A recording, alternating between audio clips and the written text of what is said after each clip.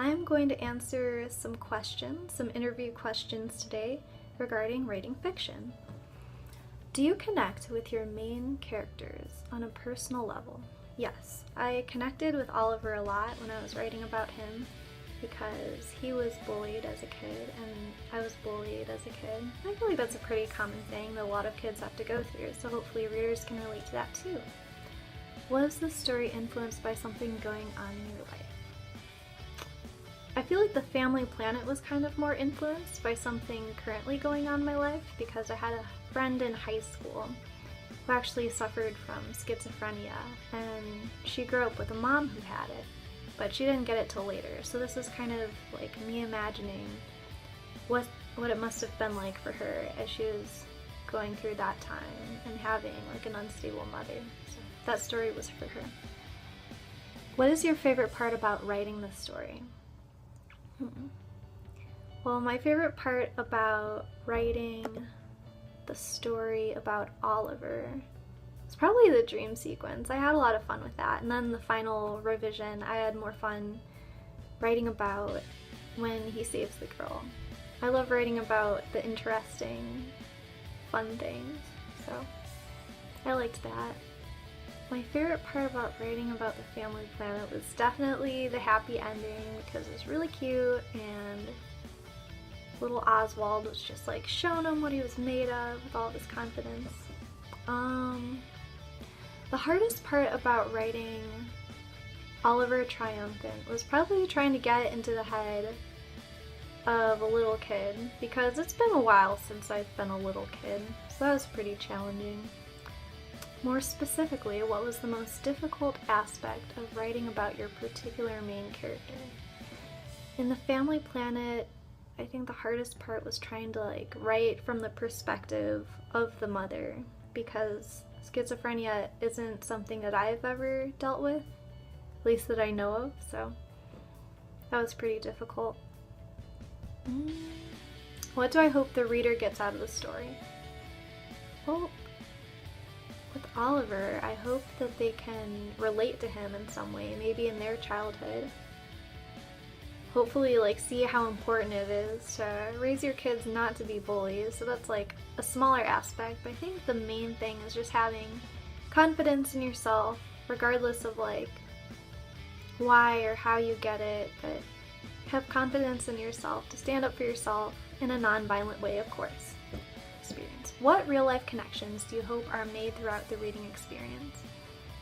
I feel like if anybody has ever known somebody who's suffered of a mental illness, like in The Family Planet, maybe that could resonate with them and let them know that there's still hope. Life gets good, life gets bad, and gets good again.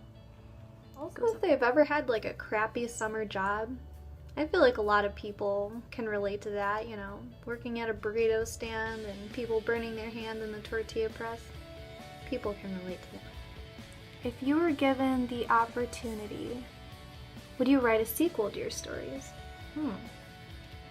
I could see maybe elongating the stories, doing kind of continuation of the story, making it one long thing.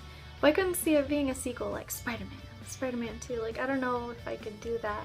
Because it's not really my genre. I feel like that's maybe a different genre, but never say never. How did the workshop environment change your original draft? I think people in the class were able to give me a really good idea in Oliver Triumphant what more little kids were like, because not everybody has the same experience. And it sounds like my experience is very different than that of the rest of the class and probably the audience who would be reading my story. So that was definitely good to have their input on that. In what ways did my story change? Well, in Oliver Triumphant, the story completely changed from the first draft to the last draft. In the first draft, it was him gaining self-confidence through becoming this cool pirate character in his dream world. And then in the final draft, it's because he actually saved a little girl. And I thought that was a little bit more powerful and more realistic. I related more to the dream one because I was definitely a dreamer, but in the final draft it was more realistic. And that's important too. Did you work toward creating a draft to please your peers, or did you create one that captured what you wanted your story to be? Well, in both stories, I tried to use a little bit of humor, like Liz at the burrito shop. Oh, it's a little kid in the Superman onesie, or like with Oliver, like his mom kind of fretting around. I tried to make it a little bit funny, and maybe subconsciously that was for my peers, but I enjoyed it too. Alright. What if the mother's letter wasn't so direct? / what if there was no letter in the Family Planet? I feel like the letter was pretty key because the readers would not understand what's at stake, especially like with Oswald finding it. Like, I feel like that really showed the readers like what was going on, like why it was such a big deal at the end for Oswald to be coming out and doing his singing.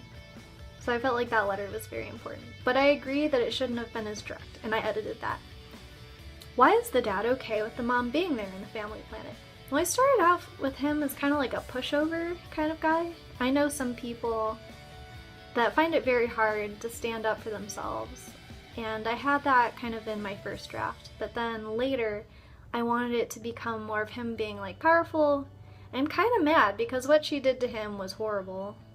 I mean, not that she could really help it seeing what she suffered from, but I feel like it is more realistic for him to be angry and having a spine in that way. So, in our most recent conference, we discussed your main character's natural inclination towards solving puzzles and math-related problems.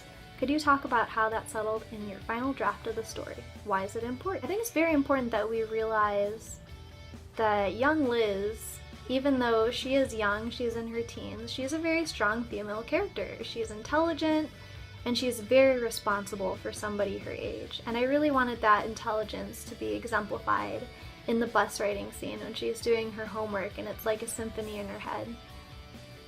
Yeah, I felt like it was important for that reason, showing that she has what it takes to deal with bumps in the road, but even she is thrown off in this confrontation with her mother, just showing up. What does it add to her characterization and negotiation of the conflict? If for some reason you choose to take that element out, address your motivation for that choice in terms of how it best serves the story. I do not plan on taking it out, just because I feel like it is so important that she is portrayed as intelligent and competent. But if I were to take it out, I feel like characters wouldn't get as much of a good idea of how her brain works, and I really want them to be able to get a good idea about that. But it does add the way, it does kind of add like a certain way that she'll approach the problem with her mother. She's more mathematical, and sometimes psychology and mental illness doesn't really fall into that category. Sometimes it makes no sense at all. So I think it'll be interesting to see how that turns out. Alright, hope this answers all your questions.